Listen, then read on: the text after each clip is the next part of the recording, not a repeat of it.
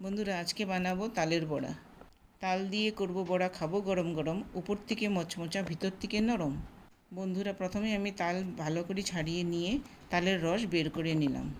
আমার মাখার ভিডিওটা নেওয়া হয়নি, তাই আমি ভালো করে আপনাদেরকে বলে দিচ্ছি কি কি নিয়েছিলাম আমি মাখতে।